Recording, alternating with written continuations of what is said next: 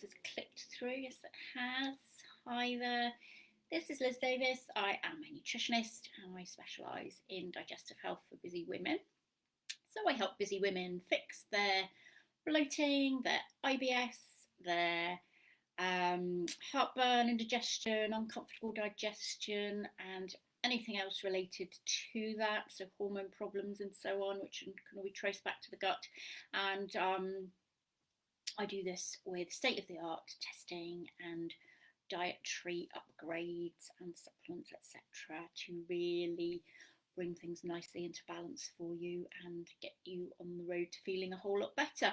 So I was just going to do a quick rundown then about gut testing, specifically the kind of gut testing that I offer, which is different to what you may get through your GP or the NHS, but I'll just come to that a bit more at the end. So I'll just give you 4 reasons why you may find gut testing useful and how it can really help us with targeting your protocols, etc. So let's just give some examples then. So say, for example, you suspect you have a yeast infection, so candida or something like that.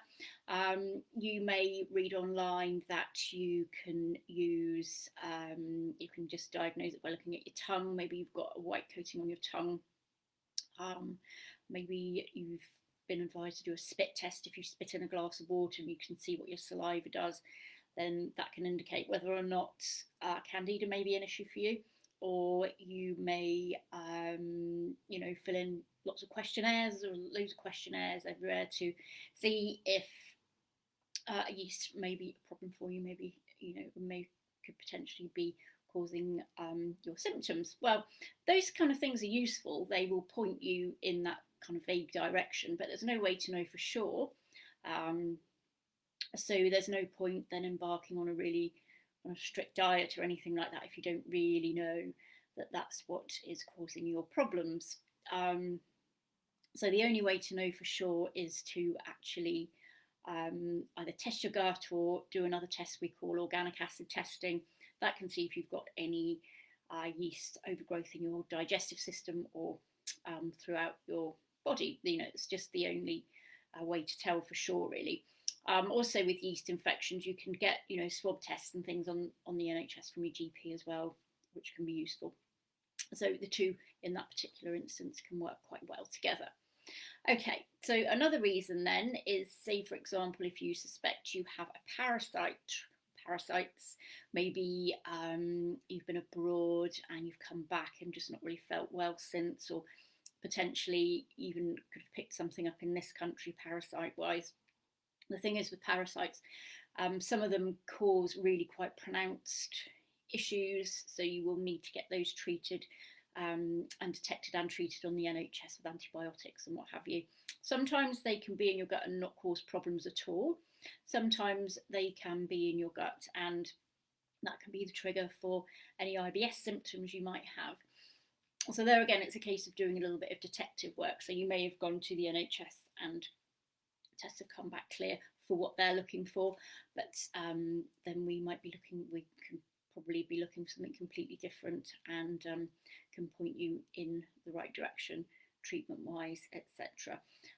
So that's if you suspect a parasite. So the kind of testing that we use is highly sensitive. We use the PCR test as well to test for parasites and bacteria and stuff. So everyone's familiar with the PCR test now. Highly sensitive. It's looking for DNA traces, whereas before we were looking for the whole parasite in the stool, for example.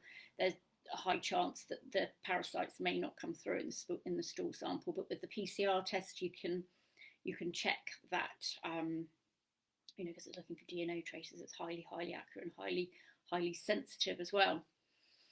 Okay, so the next reason, which is a really big reason to test your gut, is if you're actually getting a non-gut symptoms. So if you're getting symptoms sort of around the body,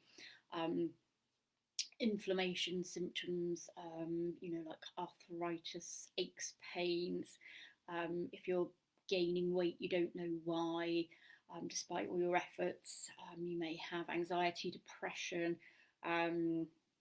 allergies and food sensitivities. that kind of thing.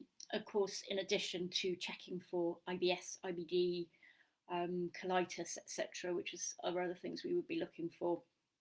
You know, if you've got ongoing chronic fatigue, anything like that, quite often we see really pronounced results in gut tests. So that's why it's really important to test your gut, because you could have leaky gut, and leaky gut could be what's causing or certainly going hand in hand with a lot of the symptoms that you've got. So it's important to get right to the nitty gritty and find out, you know, if it's playing a part in your symptoms at all.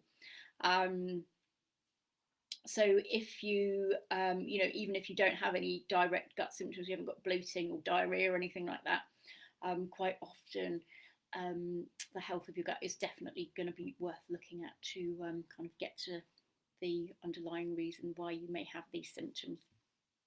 Another good reason to test, which is just the last one I'll discuss today, is because you may have something called SIBO.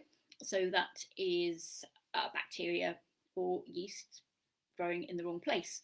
So really we want all those things in the large intestine, but if they start creeping up into the small intestine, you could be in trouble, because then when they bloat and release gases, etc., then that can be really quite painful in your small intestine, because it's just not designed for that kind of thing.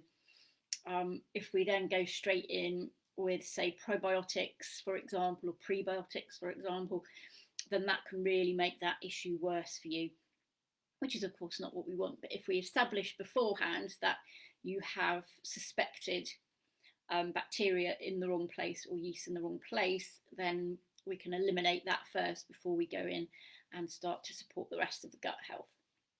So again, really important in that kind of situation to establish whether it is SIBO or not, and we can tell that really with stool testing, and then if necessary we can use SIBO breath testing as well to see what's happening further up in your small intestine.